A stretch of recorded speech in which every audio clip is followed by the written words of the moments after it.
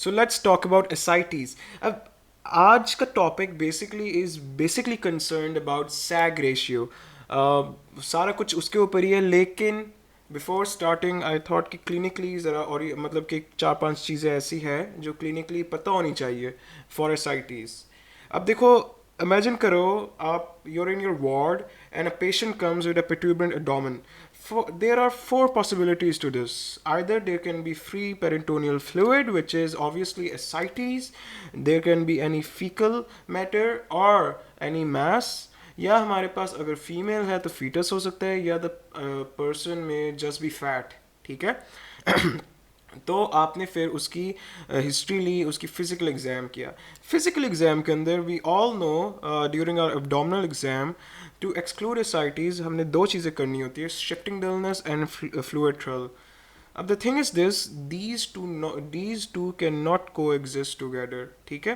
Late me tell you how that is.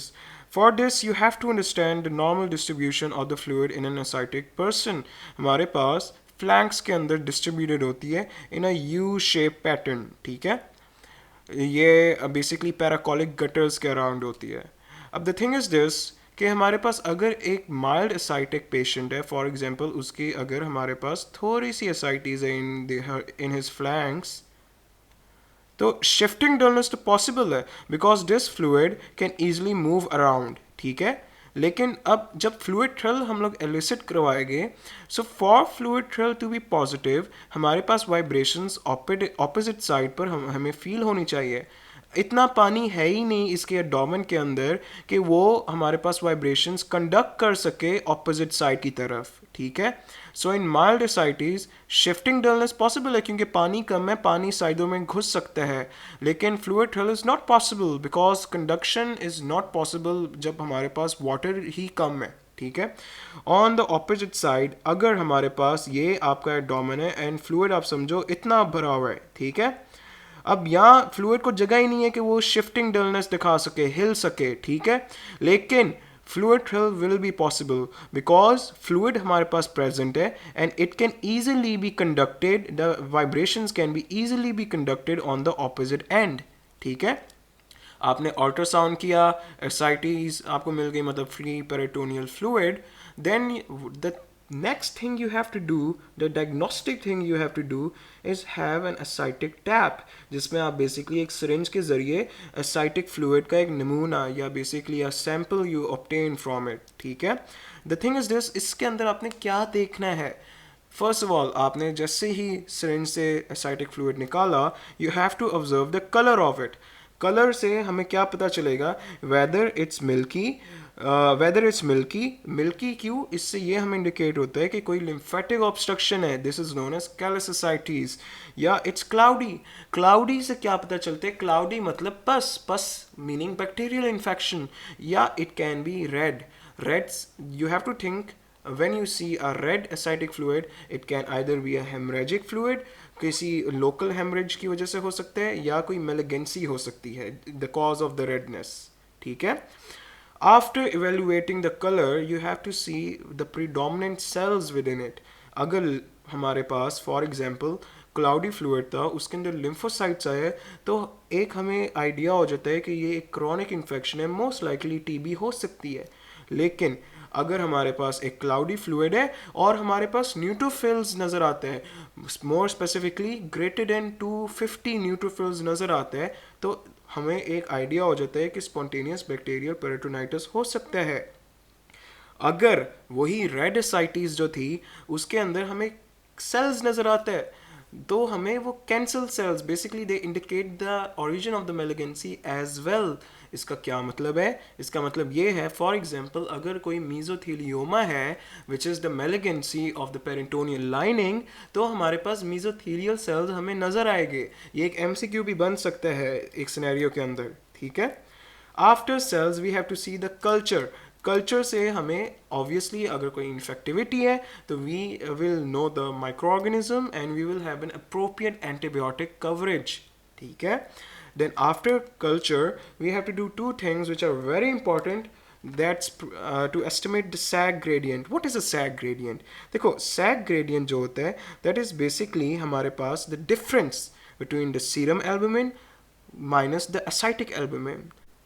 आसान लफ्ज़ों में कि हमारे पास कितनी अमाउंट एल्बुमिन की विद इन द वेसल है compare to within the ascitic fluid है.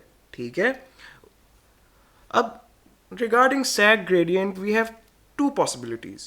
Either it can be a high sag greater than 1.1 or it can be a low sag which is less than 1.1. ठीक है.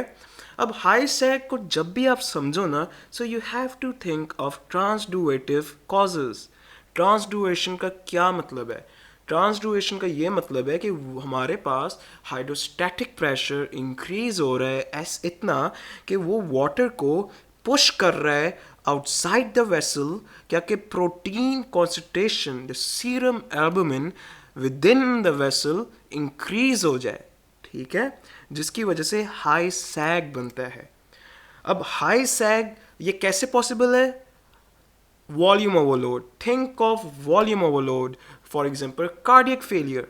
अब cardiac failure तो volume overload है ही, फिर आगे high protein भी हो सकता है, लो प्रोटीन भी हो सकता है. इसका क्या मतलब है?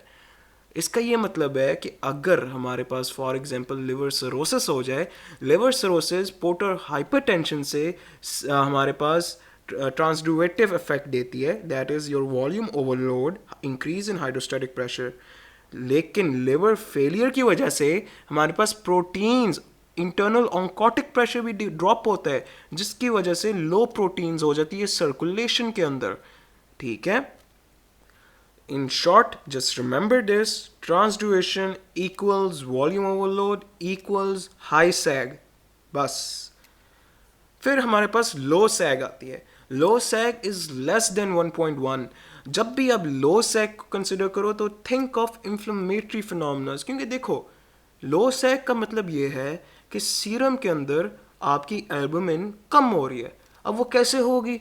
वही फिनोमेना जो ऊपर हो रहा था लेकिन विद इन्फ्लेमेशन. इन्फ्लेमेशन क्या करेगी? आपकी गैप जंक्शंस को इंक्रीज करके, कैपिलरी परमिएबिलिटी को इंक्रीज करके सीरम एल्बुमिन पुश आउट करेगी. ठीक है. मतलब कि बेसिकली सीरम एल्बुमिन के अंदर कमी हो जाएगी. तो think of inflammatory pathologies exudative which lead to low SAAG. यहाँ भी हमारे पास हाई प्रोटीन या लो प्रोटीन हो सकता है. ठीक है. Then there is a thing which is different, not known, लेकिन मतलब कि it's a clinically prevalent topic, important है. तो that's tuberculosis. अब tuberculosis दोनों के साथ present हो सकता है depending upon the cause, the disease that TB elicits. अब हमारे पास intestinal TB जो होती है वो hypoalbuminemia करवा सकती है, जिसकी वजह से डिक्रीज इन ऑन्कोटिक प्रेशर होगा. ऑन्कोटिक डिक्रीज होगा तो ट्रांसडुएटिव इंक्रीज हो, ट्रांसडुएटिव पैथोलॉजी डेवलप होगी, दैट इज़ अ हाई सैग. लेकिन पेरिटोनियल टीबी के अंदर क्योंकि इन्फ्लेमेशन हो रही है तो हमारे पास लो सैग डेवलप होगी. अब the thing is this, causes क्या है यार इनकी सारी? तो वो सब कुछ समराइज करने के लिए I made up something known as the ascitic cross. So what I want you guys to do is basically get a piece of paper. ठीक है. draw a vertical line like this. एक तरफ आप low sag low proteins लिखो, low sag less than 1.1 लिखो. ठीक है. दूसरी तरफ आप high sag greater than 1.1 लिखो. then draw a horizontal line. अब ये जो horizontal line है, this is your protein level which indicates 2.5. इससे ऊपर greater than 2.5, ऐसे इससे नीचे लोअर देन 2.5. ठीक है. अब ये सारा जो आपको स्ट्रक्चर नज़र आ रहा है ना, इसके अंदर पैथोलॉजीज मैं अब सारी अरेंज करवाऊंगा. ठीक है. Let's start with high sag first. अब हाई सैग को आप like just draw a heart in the high sag and high protein corner. ठीक है. We know that from the heart arises the inferior vena cava, and inferior vena cava then divides into your hepatic veins which ultimately drain your liver. ठीक है. So over here you can see कि ये हमारे पास जो high sag high protein के अंदर है, that basically involves conditions of the cardiac system, जबकि हमारे पास high sag low protein जो है that basically causes the diseases of the liver. क्यों? क्योंकि देखो, जब कार्डियक फेलियर होगा, any condition like cardiac failure, pericarditis, constrictive pericarditis, which basic any condition which leads to cardiac failure, which will lead to a increased hydrostatic pressure. ठीक है, अब हमारे पास hydrostatic pressure तो इंक्रीज हो गया, मतलब वही जो मैंने बोला था, ट्रांसड्यूएटिव स्टेट डेवलप हो गई है, लेकिन क्योंकि लिवर नॉर्मल है तो हमारे पास प्रोटीन्स हाई ही रह गए, ठीक है, लो नहीं हो गए. तो इस in this aspect high protein high sag is a cardiac pathology. Just remember this, visual image बना लो इसकी यहाँ, ठीक है. और जो हमारे पास ये आपको वेनस सिस्टम नज़र आ रहा है, वेनस पैथोलॉजीज कौन कौन सी हो सकती है? हमारे पास हेपेटिक वीनो ऑक्लूसिव डिजीज़ हो सकता है या बुड-चेरी सिंड्रोम हो सकता है. तो वो हाई सैग करवाती है, लेकिन वही बात है, प्रोटीन्स उनके अंदर वेरिएबल होते हैं because they are not directly causing cirrhosis, ठीक है. लेकिन कोई भी पैथोलॉजी जो लिवर को डायरेक्टली अफेक्ट करे, जो सिरोसिस करवा दे, that will lead to a high SAAG low protein. Liver कैसे हाई सैग बनाएगा? क्योंकि लिवर की जब सिरोसिस होती है, high SAAG means increase hydrostatic pressure. तो हाई लिवर सिरोसिस के अंदर हमारे पास पोर्टर हाइपरटेंशन डेवलप होती है. Portal hypertension is increase hydrostatic pressure. अब लिवर सिरोसिस हो रहा है तो लो प्रोटीन हो गई, क्योंकि लिवर का काम होता है प्रोटीन क्रिएट करना. समझ आ गई? Just get a visual image of this, ठीक है. रिपीट करता हूँ, high SAAG high protein cardiac issues, high SAAG intermediate proteins, हमारे पास ये venous issues, high SAAG low proteins cirrhotic issues. ठीक हो गया. And now let's come upon low SAAG. अब low SAAG high protein, think of two pathologies, two Ps, one P. अब मैंने कहा था कि low SAAG is basically exudative state, which means it's an inflammatory state. ठीक है. So low sag, high protein, first of all याद रखो, pancreas आपके स्टोमक के मतलब एब्डोमेन में सबसे हाईली अरेंज्ड है compare to other structures like livers वगैरह को छोड़ दो, बस पेंक्रियाज, ठीक है. It's relatively high up in the abdomen. ठीक हो गया. In the epigastrium, epi means over, top, ठीक है. तो इसको याद रखो, पेंक्रियाज ऊपर है, ठीक है. पेंक्रियाज इन्फ्लेमेशन करवाएगा तो पेंक्रियाटाइटिस हो जाएगा हमारे पास, ठीक है. पेंक्रियाटाइटिस हमारे पास हाई सैग हाई प्रोटीन, अब वो लो सैग हाई प्रोटीन, ठीक है. इसी तरह फिर दूसरा पी आपका पेरेंटोनियम है. पेरेंटोनियम के अंदर अगर कोई इन्फेक्शन हो जाए, फॉर एग्जांपल पेरिटोनाइटिस, तो that also causes a low SAAG, क्योंकि इन्फ्लेमेशन है. लो सैग हाई प्रोटीन, क्योंकि प्रोटीन कोई इफेक्ट नहीं हो रहा, कोई पैथोलॉजी प्रोटीन को ड्रेन आउट नहीं कर रही, ठीक है. इसी तरह peritoneal malignancies, for example mesothelioma, it will cause हमारे पास high SAAG low SAAG high protein as well, ठीक है. अब फिर लो सैग लो प्रोटीन कौन सी पैथोलॉजीज कॉज करेगी? Just remember one pathology, that is the nephrotic syndrome, ठीक है. That's all.